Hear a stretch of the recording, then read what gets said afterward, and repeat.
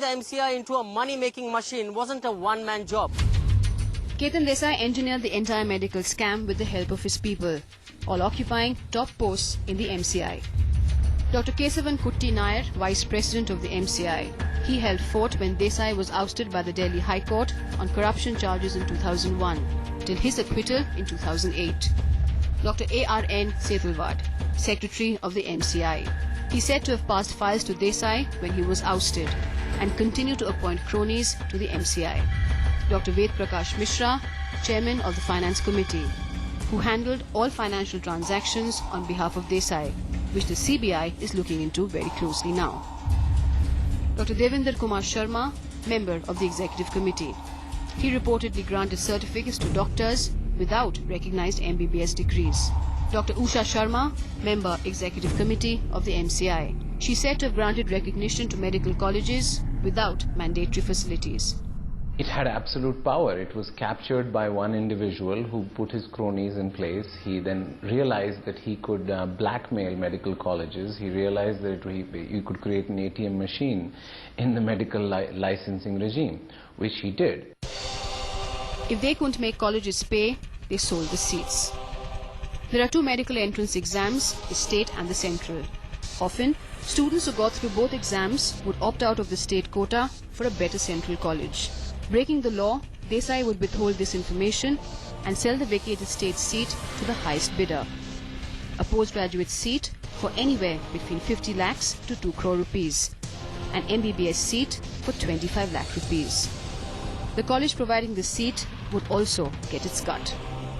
So this is the worst damage what Medical Council has done to the country. And you will notice the difference 10-15 years from now when the senior doctors retire. The people who are going to take over the helm of affairs are the ones who bought their seat by paying 1 crore rupees. The MCI has another important function to maintain the Indian Medical Register. It's a record of those who've passed the MBBS exams from recognized colleges and have the license to practice medicine in the country. But CNN IBN has documents to show how the MCI flouted rules to allow home science and even art students to become doctors. Dr. Ramanendra Singh, registration number 17878. Registered as a doctor in 2003, he passed 10+2 from an unrecognized board. Dr. Shobit Singh became a doctor after high secondary education in agriculture. He was not a science student. Dr. Thresia Kokattu was registered as a doctor by the MCI, but she did not study science in her 10+2. Dr. Morena Francis did home science in class 12, but was still registered by the MCI as a doctor. Not just that, CNN IBN has documents to show how medical registration was also granted to candidates who failed in class 12. This rot which has occurred in the last 10 to 15 years has never occurred in the history of medical council.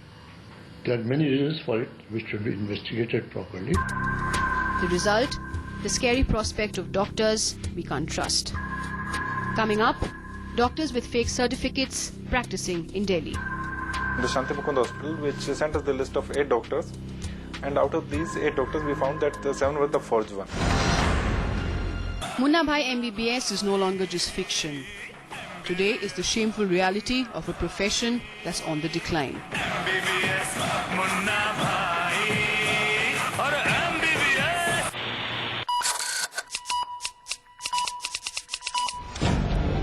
This is Dr. Jitendra Kumar Sharma, former Secretary of the Indian Medical Association and Executive Committee member of the Delhi Medical Association. Operating from this posh South Delhi clinic for the last 15 years, no one ever doubted his credentials. Till a routine verification revealed that Dr. Sharma had no MBBS degree and had always used a forged registration certificate from the Orissa Medical Council. Sharma was arrested recently and then released on bail. In Delhi alone, 25 doctors with fake degrees have been caught in the last 2 years. And this is not happening only in the smaller clinics, but in the known hospitals of the city as well. According to the Delhi Medical Council, doctors working in top hospitals like Dharamshila Cancer Hospital, Max Balaji, Rockland and Batra Hospital have been found to have fake degrees. The first case came to us from the Shanti Mukund Hospital, which sent us the list of 8 doctors. And out of these 8 doctors, we found that the 7 were the forged one. Darshan Kaul Munjal also allegedly used fake certificates to practice at her husband's maternity center. Surprisingly, the 55-year-old doctor started practicing only 2 months ago. मेरे को तो 30 साल हो गए, ये तो अभी join किया था 15-20 दिन पहले, कुछ दिन पहले, एक आध साल पहले। मेरे भी बच्चे छोटे थे ना, बच्चों के लिए पढ़ा। The DMC got suspicious after her husband held back her certificate by sending the certificates of other doctors for verification. Munjal too was arrested and then released on bail. Gupta ji की बात आ रही थी सर, उन्होंने कहा जा रहा था कि उन्होंने सर्टिफिकेट दिया है, तो पुलिस की अपनी स्टोरी बनाई। Police officials say that even after getting arrested and banned by medical councils, there is no guarantee that a doctor will not start functioning elsewhere under a fictitious identity. Unless somebody tries to verify the registration number on this certificate with the records of the college and the medical council, till that time you cannot say whether it is fake or not. Surprisingly, the Delhi Medical Council says the onus is on the patients to check whether his doctor is for real. I will request all the general public to whenever they will be visiting a clinic for a allopathy system, they should see that there is a Delhi Medical Council certificate.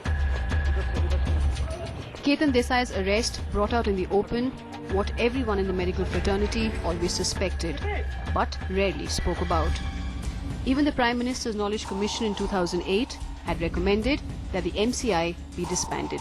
The MCI is the judge, jury and the prosecutor. They are the lower court, high court and Supreme Court. So there was nobody else you could go to, and therefore they extracted their rents.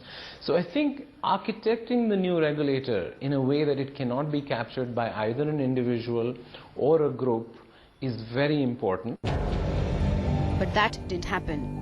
And the government too didn't step in to check the rampant corruption at the Medical Council. Many say it's because of the sticky relationship between the two. Everybody wants the power to recognize and de-recognize colleges. The Health Ministry had been trying to disempower the MCI for a long time, but the MCI had held its ground. Many in the Health Ministry say that the parliamentary panels supported the MCI, possibly to protect the vested interests of several politicians involved in the running of medical colleges. The government could have stopped it. It's all so well known to everybody for last more than a decade. The government made no attempt whatsoever. Ironically, this is not Desai's first run-in with the law. In 2001, he was arrested in an IT raid with more than 65 lakh rupees. But the case was closed in 2009 due to a lack of evidence. The same year, Ketan Desai made a comeback as the head of the MCI. Today, our hands are hanging in the shame because of the act of the few. I sometimes want to remove this thing that I was member of Medical Council of India from my letterpad. And while untrained doctors are allowed to practice, these long queues at hospitals tell the real story. According to Planning Commission figures, India has just one doctor for every 1,700 patients. We are running short of 6 lakh doctors, 1 lakh nurses and 2 lakh dental surgeons. Every year, 12,000 postgraduate doctors pass out. But the real demand is for 30,000 postgraduate doctors. And while a huge pool of unreliable doctors is being created, 8% of rural India does without specialized services.